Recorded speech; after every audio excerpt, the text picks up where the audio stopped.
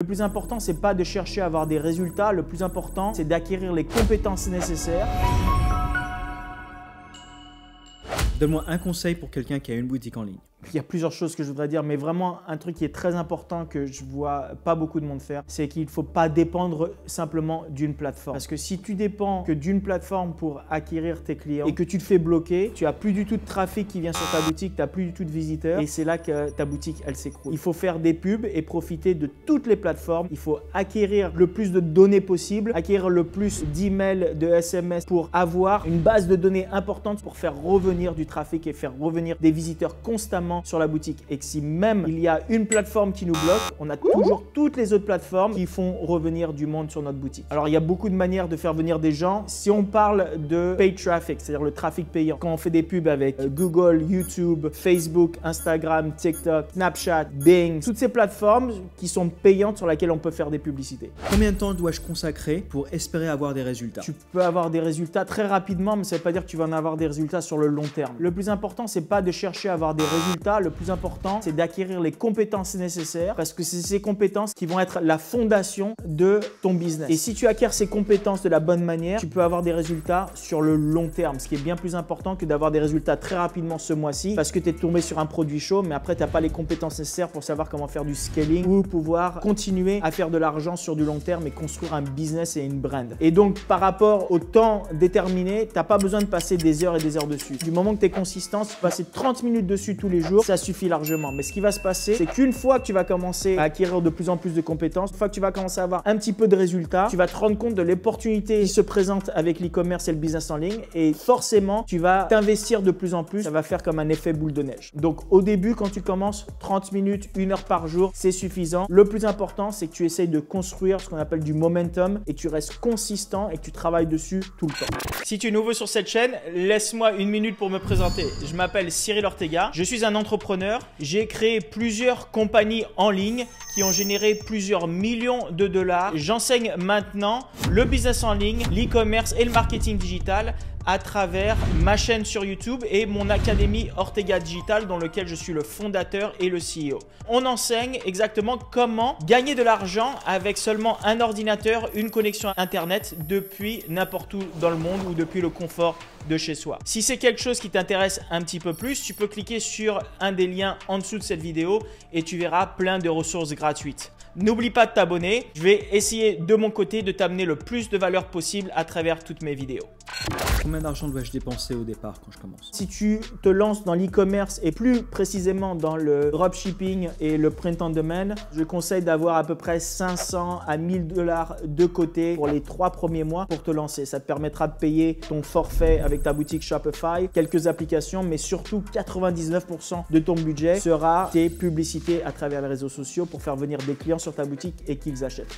Est-ce que j'ai besoin d'être programmeur? Tu n'as pas besoin, ça c'est le gros avantage, tu n'as pas besoin d'être programmeur, d'être codeur, d'être quoi que ce soit. Il faut juste savoir être un peu débrouillard avec ton ordinateur, savoir utiliser Google, YouTube et les réseaux sociaux. Mais encore une fois, tout ça, ça s'apprend. Ces plateformes comme Shopify et tout ça, c'est vraiment ce qu'on appelle drag and drop, où ils ont des modèles qui sont déjà assez faits. J'ai même des personnes qui m'ont suivi, qui m'ont envoyé des messages. J'ai eu un enfant de 12 ans qui m'a dit qu'il avait réussi à construire sa première boutique en 45 minutes après avoir vu une de mes vidéos sur YouTube. Et j'ai aussi des personnes de plus de 60 ans qui ont construit aussi leur boutique sans aucun problème. Pas du tout besoin d'être un informaticien ou un codeur.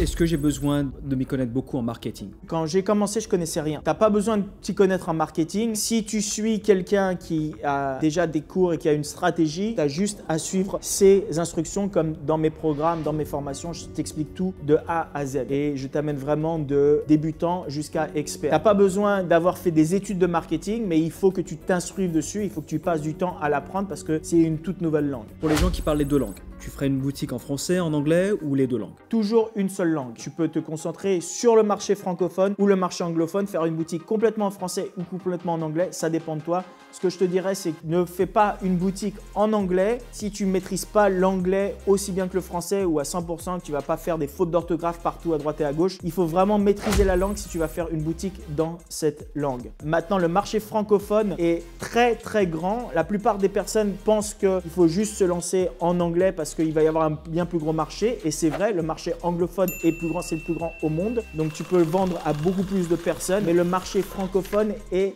excessivement grand. Tu peux faire des centaines de millions de dollars sur le marché francophone avant de même passer sur le marché anglophone. Et l'avantage, c'est qu'il y a moins de compétition sur le marché francophone qu'il y a sur le marché anglophone. Ne choisis qu'une langue.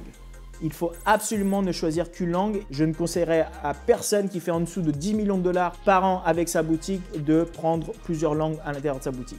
Je me lance dans l'e-commerce et j'ai plein d'idées pour de boutiques. Est-ce que je fais toutes les boutiques en même temps ou j'en fais une à la fois? Qu'est-ce que tu recommandes? Il faut que tu sois concentré. Tu apprends à gérer une boutique, à créer une boutique de qualité avec des produits et des images de qualité. Tu apprends à faire le marketing, tu apprends le back-end, tu apprends à construire la machine e-commerce. Une fois que tu as appris à faire des publicités, à faire du email marketing, à t'occuper de tes clients et que tu as de l'argent qui rentre tous les mois dans ta boutique et tu as toute une équipe autour de toi pour automatiser plus ou moins le système, là tu peux commencer à séparer ton attention et démarrer une deuxième boutique parce que tu verras que le système, une fois que tu l'as compris, c'est plus ou moins le même et tu peux utiliser les atouts que tu as déjà à l'intérieur de ta première boutique pour faire travailler la deuxième boutique. Une erreur à ne pas faire, c'est de démarrer deux boutiques en même temps. Si tu cours après deux lapins, tu n'en attrapes aucun. Sois concentré simplement sur une chose et mets toute ton attention dessus jusqu'au moment où tu maîtrises ça et après, tu peux utiliser ton système que tu as construit pour démarrer une autre boutique ou d'autres boutiques. Mais tant que tu n'as pas une boutique qui marche super bien, plus ou moins en autopilote avec une équipe derrière toi, ne débarre jamais une deuxième boutique.